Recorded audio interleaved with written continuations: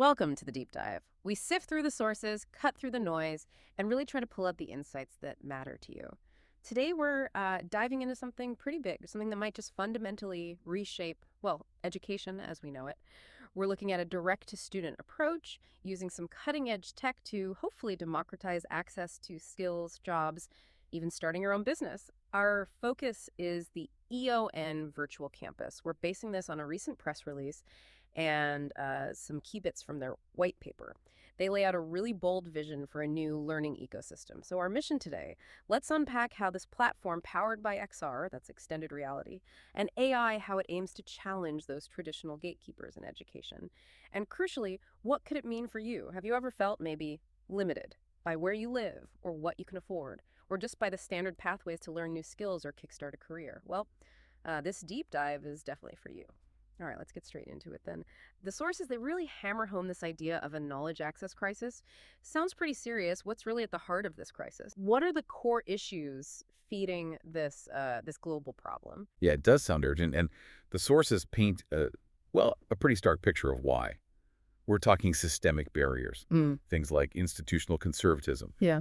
traditional education bodies just struggling to innovate, to keep up with how fast the world's changing. Right, the old ways just aren't cutting it anymore. Exactly. And then there are sheer capacity limits, admissions filters. These turn away literally millions of qualified, eager learners every single There year. are millions. That's staggering. It really is. And layered on top of that, you have the digital divide. That's especially glaring in the global south. Lack of consistent internet, or maybe not having the latest devices. It just locks people out. And the human cost here is, well, profound. It stalls mobility, both for individuals and economies. It fuels brain drain, talent leaving to Wow. find opportunities elsewhere. And it just digs those trenches of systemic inequality even deeper. Modern jobs need practical skills, verifiable skills. Skills you can prove you have. Precisely. Yet the current system often denies access to the very people who need these skills the most. Institutions, like the sources point out, can lag decades behind the tech. Think about it. Millions turned away, not on merit, but because of these kind of arbitrary gatekeepers. And then you got working adults, maybe aspiring entrepreneurs. The existing options often just aren't flexible enough or accessible enough, or they need too much bandwidth. It's a real bottleneck. That's a bleak picture. Now, plenty of people have tried to bridge this gap before, right? Online courses, MOOCs. What makes EON's approach, according to these sources, actually different enough to maybe solve these deep-seated problems, not just, put a bandage on them? That's a great question. The core insight, I think, is that EON Virtual Campus isn't just trying to tweak the existing system. It seems designed to, bypass it entirely for individuals. It runs on this fundamental idea. Knowledge is a human right. Not a privilege. Exactly. Not a privilege you get based on where you were born or how much money you have. So this platform, it fundamentally challenges the idea that you need a university or some institution acting as the middleman for quality learning and career path. It's direct to learner, designed to cut those ties, those traditional constraints on education and opportunity. Okay, so if that's the scale of the problem, this global knowledge access crisis, the next logical step is the solution. What are EON Virtual Campus's core pillars? How do they actually plan to connect learning directly to, making a living? How does it work? Right. So the platform is built as this end-to-end pathway for individual empowerment, and it rests on three main pillars. First up, skills development. And this isn't your typical online course with videos and PDFs, no passive stuff here. Okay, so what is it then? It's immersive extended reality XR simulations, plus AI-assisted practice. Imagine learning by actually doing things in these realistic virtual worlds. Every action you take requires observable performance, real-time decisions. You're actively engaged. So learning by doing, literally. Literally. And the sources cite some pretty impressive results from controlled studies. Things like learners picking up skills 4 times faster on average. 4 times. Yeah, 4 times faster. And achieving 91% pass rates. It's not just about being quicker. It's presented as a fundamentally different, maybe more effective way to really master something. 4 times faster. I mean, anyone who's struggled to learn something new knows that time saving isn't just efficient, it's motivating, right? Keeps you going. Like having a built-in coach. Okay, so you master the skill faster. What's next? How do you bridge that gap to actually using it? That leads right into pillar number 2, jobs integration. Yeah. This tackles that classic problem. You get the certificate, but no job offer comes. The The credential versus career gap. Exactly. So EON Virtual Campus includes an AI career compass. It helps guide you towards jobs that are actually in demand. Plus, it gives you direct access to a global network of employers. But here's a real kicker, I think. Go on. It focuses on portfolio-based credentials, verified through your actual performance in those XR simulations we talked about. Not just a piece of paper saying you passed a test. Right. It means employers can supposedly trust what you can actually do because you've shown it in a way that's verifiable, objective. The real insight here might be how this sort of decentralizes credentialing. It potentially empowers individuals to just bypass those traditional gatekeepers. Okay, that shift from paper certificates to performance portfolios, what does that really mean for industries that have always relied on, say, university degrees? Could this genuinely level the playing field for someone who's self-taught or maybe learned through experience? Or are there risks, maybe new biases in how skills get validated this way? Well, the aim is definitely to level the playing field, to shift the focus from where you learned or who taught you to simply what you can do and how well you do it. Performance over pedigree. You could say that. It emphasizes objective performance. Yeah. And for those aiming higher, maybe starting their own thing. That brings us to the third pillar, in-game generation. This offers a whole entrepreneurship runway. It includes something called the EON Entrepreneur Guide. Looks like a structured process for building a venture. And a no-code, low-code tool called Vibe Coder. Vibe Coder, what's that do? It lets you create apps, specifically XR apps it seems, really quickly for prototyping. Like building a minimum viable product without needing to be a coder. Ah, okay, so lowering that technical barrier. Precisely. And it integrates with something called WealthWeaver Venture Ecosystem for Founders. WealthWeaver. Okay, can you give us a quick idea of what that involves? Is it funding, mentorship? Yeah, think of WealthWeaver as like a support network. Investors, mentors, resources, all curated specifically to help EON learners take those prototypes they built with Vibe Coder and turn them from just an idea into a funded, growing business. It's trying to provide that capital and guidance that's usually hard to access unless you already have the right connections or, say, an MBA. Right. Breaking down those traditional barriers to entry for starting a business. That's the goal. So let's picture this. One platform where you could potentially learn a really in-demand skill, connect straight to employers who trust your demonstrated abilities, or even launch your own tech-enabled business.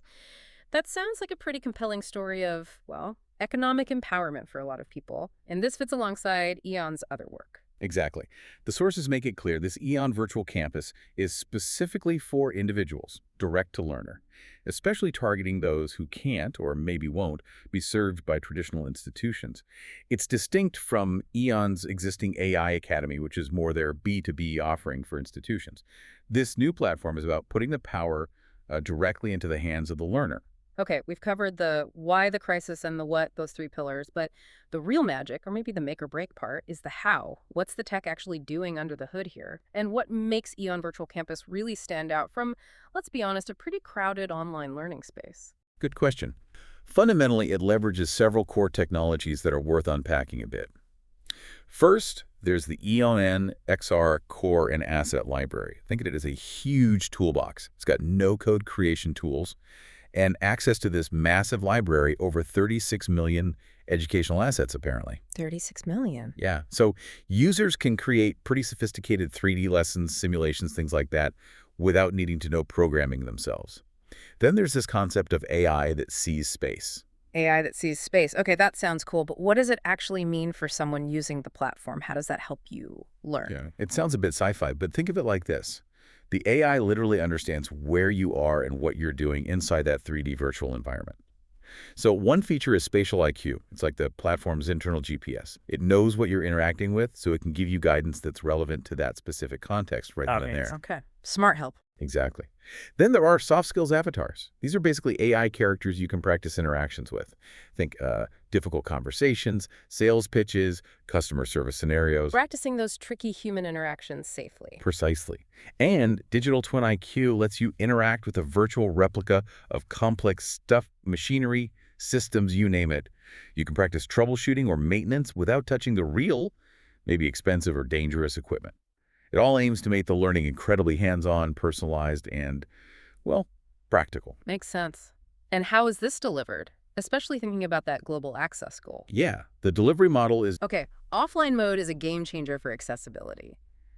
What about cost? Is this expensive? They're using a freemium model. Hmm. So there's a generous free tier to get started, then affordable premium options. But importantly, they mention regionalized pricing. Ah, so not one-size-fits-all pricing globally. Right.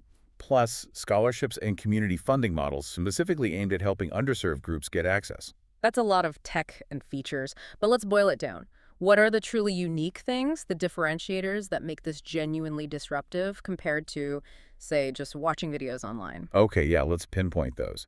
Firstly, it's direct to student, zero gatekeeping. That's fundamental. No need for an institution to say yes before you get a shot. Opportunity isn't bottlenecked, Removes the middleman. pretty much. Oh. Secondly, the AI-resistant performance-based assessment. This is a big one in the age of AI writing tools. You prove you know it by doing it in XR. It's about demonstrating real competency, not just passing a test AI could potentially help with. Right. Can't fake doing the task in a simulation. Supposedly not. Thirdly, jobs are baked in. It's not an add-on service. You've got that always-on AI career compass, the employer links, the portfolio evidence. It directly tackles that frustration of a credential not leading to a job. Connects learning to earning more directly. That's the claim. Fourth, entrepreneurship without barriers. That Vibe Coder tool for making MVPs quickly, the structured 8-step process, the WealthWeaver connection. It aims to democratize starting a business too, Lowers the bar for innovation. hopefully. Hmm. And finally, and this really stands out, it's explicitly designed for the Global South. Mobile first, low bandwidth, offline mode, local languages, cultural adaptation. These aren't afterthoughts, they're core design principles. Okay, let's really put this into perspective now. For someone listening, maybe someone who went through a traditional college path or tried online courses, how different does this actually feel? Can you maybe walk us through some key shifts, like a before EON Virtual Campuses and after? Absolutely. Yeah. The sources frame it as a pretty dramatic shift across the board. Let's take access. Before, it was admissions filters, needing to be near a campus, maybe high entry requirements. Yeah. After, it's open, direct to student, global, mobile first. No institutional gatekeepers needed. Huge difference right there. What about how you actually learn? The learning mode itself. Before, often passive, right? Lectures, readings, maybe some quizzes. Yeah. After, it's immersive XR tasks, guided by AI. It's learning by doing, actively, not just absorbing. So instead of needing to be in a specific country or even a city for quality education, someone just needs, potentially, a smartphone and some kind of connection, even if it's intermittent. How big a challenge is that to the whole business model of traditional universities? It's potentially a massive challenge. It shifts the whole value proposition away from institutional branding and exclusivity towards individual capability and empowerment. It puts real pressure on them. Then think about assessment integrity. Before, you had exams, essays, things increasingly vulnerable to AI assistance. After, it's performance evidence, demonstrated directly in simulations, making it, they claim, AI-resistant and much more verifiable. This also feeds into time to competency, significantly faster, that average of 4x quicker skill acquisition they found. 4 times faster. That's not just convenient for the learner, that's potentially huge for industries needing people skilled up now. What about the job connection you mentioned? Right, career connection. Before, maybe you got a certificate, perhaps some limited career services help. After, it's that always-on AI career compass, the global employer network, and these verified portfolios that directly show what you can do. And for the entrepreneurs? Entrepreneurship. Before, maybe needing expensive programs, quoting skills, access to capital. After, you've got the no-code Vibe Coder, that structured 8-step process, and the WealthWeaver ecosystem access, trying to lower those barriers significantly. And affordability, from potentially high tuition, fees, maybe housing costs, to that freemium model, regional pricing, scholarships, a totally different economic equation. And the tech needed. Yeah, tech requirements. Before, often PC-centric, needing good, stable broadband.